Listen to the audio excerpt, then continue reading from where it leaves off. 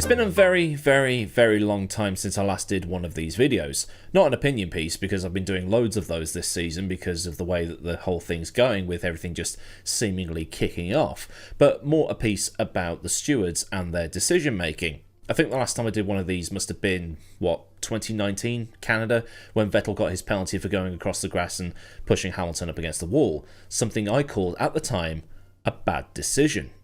But the US Grand Prix of 2024 has once again brought all this up, how the stewards might have got it wrong in their dishing out of a penalty. And while we should be going, oh hey, Ferrari got a 1-2, they might also overtake Red Bull in the Constructors' Championship before the end of the season, which shows how far Red Bull have fallen off and how bloody awful Perez has been since Imola. But instead, we're talking about what's been happening in the stewards' office. 2024, the season that has just been giving and giving and giving, since 2023 gave us, well, not a lot. Now this video could go one of two ways. I could get some nice civilized discussion in the comments, because the way I try to do things is present the information and then do my opinions based around what the rulebook is saying, or I'm just going to get, oh my god, you're just so biased towards someone. But at the same time, there were faults between both the drivers over the course of the weekend. But Norris was at least self-critical and self-aware in what had happened at the start. In his own words, he'd driven like a muppet and allowed Verstappen a sniff up the inside into turn 1, whereupon Verstappen ran Norris right out to the outside off the track, and let Leclerc through. Which is fine, in a way, because Max doesn't need to worry about Leclerc and just needs to finish ahead of Lando in this championship battle that really isn't a battle, and I don't know why it's being hyped up as one. But did that mean that Sainz also managed to get something out of all that squabbling and lead to the 1-2? But then again, the tyres dropped off something rotten on that Red Bull again, something that didn't really seem to affect them in the sprint. The thing about lap 1 squabbles and forcing drivers wide and so on and so forth is that you have to allow some sort of leeway into things. It's the first lap, you're heavy on fuel, your tyres aren't fully up to temperature, it depends on how you interpret it. I remember people going absolutely crazy when, nearly 10 years ago now, Hamilton did exactly the same thing to Rosberg and took the lead. I guess that acts as a precedent to this sort of thing, but you might argue that a limit should be imposed. But that opens up another can of worms. Where do you define the limit? There's far too many mitigating circumstances that the team bosses are going to be arguing over in the steward's office after the fact. So Leclerc went off into a lead while Lando was bumped down to 4th and had to slot in behind Sainz, Verstappen and Leclerc through the BTEC, Maggots and Beckett section through Sector 1. Piastri meanwhile made a brilliant move on the Alpine through that same section to get in behind into 5th. Meanwhile, Hamilton was up to 12th as he navigated the carnage of turn 1 and the rest of the lap, before he lost it in the same place Russell did in qualifying on lap 2. That Mercedes did not look good all weekend. It was twitchy and both cars had their moments. One of, if not the worst weekend Lewis has ever had, I reckon, and it's probably just as well he's leaving soon, because up ahead the Ferraris were looking strong, with them winning other races over the course of the season. Leclerc's got 3, including Austin, and Sainz has got 1 in Australia. Whatever Mercedes did to that car with the updates, it didn't seem to want to play ball. It makes you wonder that they should have started from the pits and changed the setup to make it less twitchy, like Hamilton wanted. From the onboard, the car turned in, but as it turned in, Lewis had to make a correction, and that was it. The rear end had gone, it was round, and into the gravel. Whether that was because of a bump, because of the curb on the apex of that particular corner, the curb on the outside of that particular corner on the entry, and also the dirty of the car in front, it's not really known, or it could be, a mixture of all of those things. But either way, that car just did not look right all weekend, but somehow George managed to make it work. Max pitted earlier than the others as he, much like everyone else, was one stopping. McLaren kept Lando out longer and Sainz got by through an undercut, which allowed him to hold up Max enough so that Leclerc could pit no issue and remain in the lead, which was a good strategy call by Ferrari, and it's not often we've been able to say that over the last few years. Now Ferrari definitely had the pace, which is encouraging for the Tifosi and also for Hamilton, as his car had been towed unceremoniously back to the paddock. The safety car had helped people out with the tyre wear to allow for a solid 1 stop as they went to lap 26 no issue, thanks to those 3 laps of safety car running, and then that just left them around 30 laps on the hards. Job's a good one. McLaren though left Lando out until the end of lap 31 to pit, giving him around 5 laps of a tyre advantage to Max, and the way that gap came down after the pit stops showed 2 things. Number 1, the McLaren was going quickly, and number 2, the Red Bull really does chew its tyres. Just 10 laps into his hard tyre stint, Max was saying that the tyres weren't good, he couldn't brake and couldn't attack anything. Okay, chewing the tyres probably isn't an accurate description, but it was more keeping them turned on long enough. Either way, the Red Bull doesn't seem to like long running. After the sprint victory, it was back to business as usual. By lap 47, Lando was on the back of Max and was setting up for an overtake. Sort of. On lap 47, Lando attempted a switchback into turn 12, the tight left-hander at the end of the long DRS straight over the back end of the circuit. It didn't quite come off, so he tried a few switchbacks in that complex to get the move done, but Max had his car ahead into that long triple apex right-hander where Lando had to back out. Fair defending from Max, with Lando having to be close enough to try again into the first corner or at the end of the back straight again. He tried again into that turn 12 to 18 section on the very next lap, and once again it didn't come off, but at least this time he was a bit closer. Lap 52 though, and well, yeah. And I am actually qualified to talk about all of this because I have done a course to be an FIA steward, although on the esports side.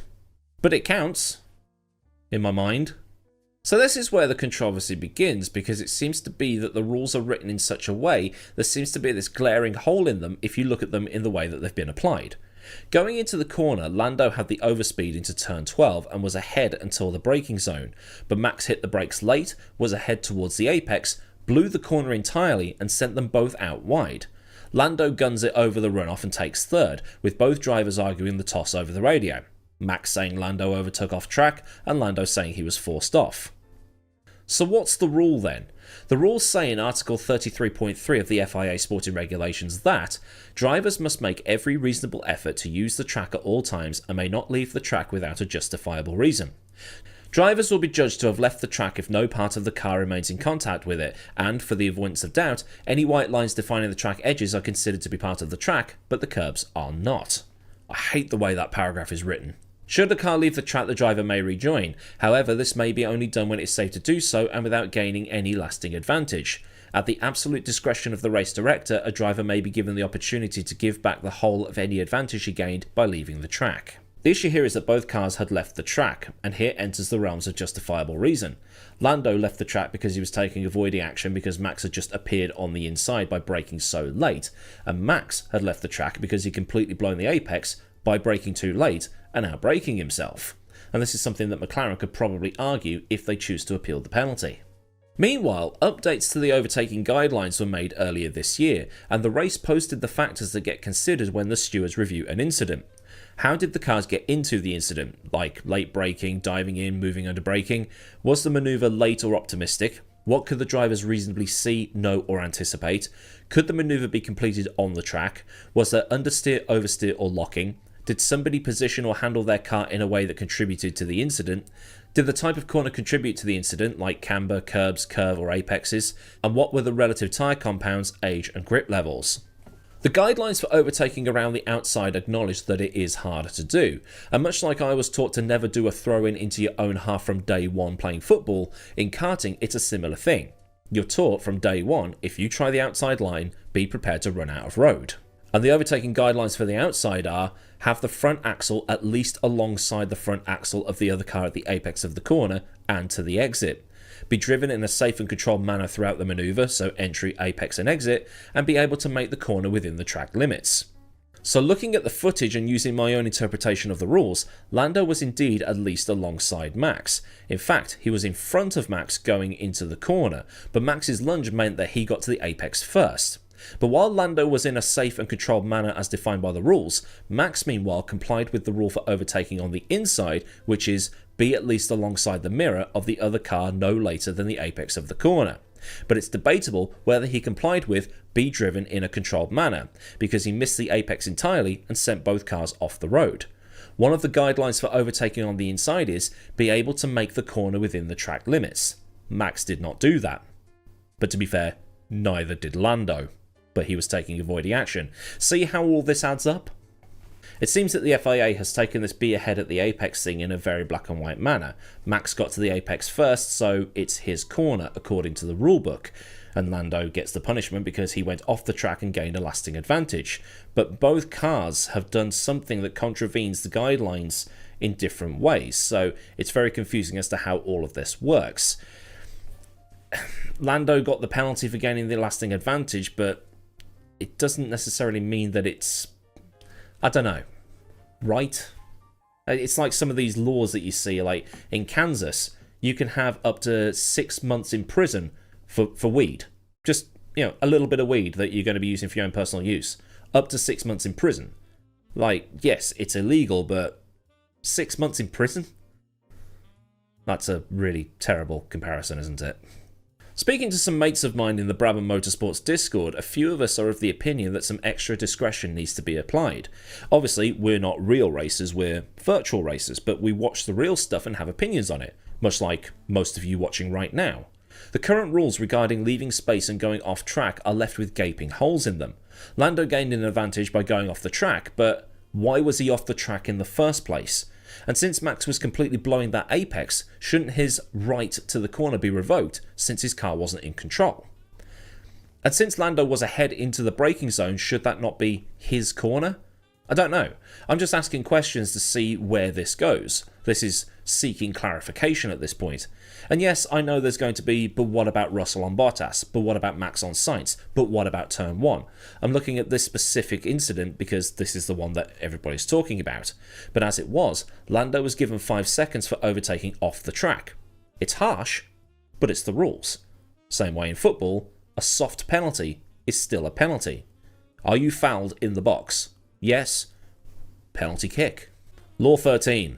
I only know that because my brother and my dad were both men in black, and not the cool kind with the memory erasers. Andrea Stella, though, was quite unhappy with the decision, saying, "The defending car goes just straight at the apex. We checked the video multiple times. It is just going straight. It is just going off the track as much as Lando is doing, just giving no chance for Lando to complete the manoeuvre." If I was a journalist, I would have done a bit of statistics as to how many times Max has used this way of defending. Both cars go off the track. So I think both cars are gaining an advantage if there is an advantage gained. So I think it was at least neutral. 7. I've counted 7, but your mileage might vary. And Anthony Davidson did a good piece of analysis on the Sky Pad after the race. At the end of it all, Lando got the penalty because he'd technically overtaken off the road. But Jenson Button made a counterpoint that, as already mentioned, that Max's nose was only ahead because he'd outbraked himself, before saying that this is the problem with the regulation. Max knows that he has to have his nose in front. He can just get the car in and lift off. He doesn't have to make the corner, and there's nothing that the other guy can do about it. The rules have a grey area in them in their current iteration that says you can make absolutely zero attempt to make the apex and the corner so long as your nose gets to that apex first, which is why a lot of people have been up in arms about this. There's a technicality that has been exploited and they want it shutting. But since we're here, I might as well just touch on the Russell penalty. The reason that Russell got a penalty is because George, like Verstappen, reached the apex first with a late brake move on Bottas, rather than, Lando. But in doing so, George forced Valtteri completely off the road, which is against the rules. Gaining a position by forcing another guy straight off the road isn't in the FIA's book of acceptable moves. Makes you think then that had Max managed to stay on the road, it might have gone a little bit differently because in that instance, he would have made the corner by the definition of keeping it within the white lines. But he had well and truly forced Lando off in the defence, which is a no-no. So by going off the road as well, probably saved Verstappen a penalty. Meanwhile, the Sainz thing is that Sainz had braked into that corner to have a crack at Verstappen, and Max had gone off the road. Verstappen wasn't the car making the overtake, he was the defending car in this instance. So the penalty would have gone to Carlos should he have taken advantage of Max going off and then Carlos gained that position. So for those on the internet saying, what about, there is no what about it. The only one you really have a case for is what happened at turn 1, which probably wouldn't have happened in the first place if Norris had been a bit more aggressive in his defence. Leaving that gap allowed Max to do what has, almost become his signature move, like the Schumacher chop at the start of every Grand Prix. But as it is, it tends to get ignored on the basis that it's turn 1, lap 1. If there'd been contact and Lando had been spun around, then yes, there probably would have been a penalty, because it endangers the safety of the other drivers around them. The penalty is a difficult one. It is what it is, but the rules do seem a bit iffy, because while there have been bits and pieces that seem to say X, Y, Z, the other car hasn't done 1, 2, 3, which goes against rule and guideline A, B, C, which just adds to this whole confusion. 6 of one and half a dozen of the other, as Martin Brundle would say. Was Lando ahead into that corner's braking zone? Where do you define a point of commitment? And this is a good one because I don't think there is actually a correct answer, but it's fun to have a chat about. But it doesn't detract from the fact that if Lando wants to be a world champion, he's got to get his elbows out and not let Max walk all over him like that. See Hungary earlier this year. Max tried to lob it in against Lewis and went face down booty up for the trouble because Lewis wasn't just going to dive out of the way. Lando is a good driver and has got a good car, but he needs to do what Rosberg did. Nico spent 2014 and 2015 letting Lewis walk all over him, and he came back in 2016 a total arsehole.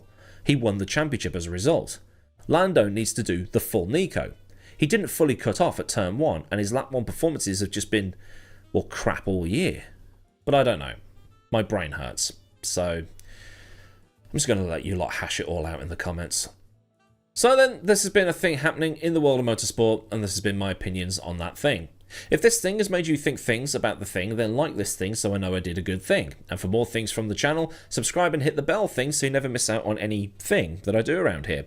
Massive thanks as ever to the rad lads at Patreon for the continued support. And if you want to support me at a more personal level, then there's a link to Patreon in the description, along with links to Discord, socials, affiliates and other bits and bobs you might want or need to know. Well, there's super thanks down there for a one-off tip and memberships if Patreon isn't your thing, but you want to do that style of support. So until next time, I've been Millward. Have a great day wherever you are, and goodbye.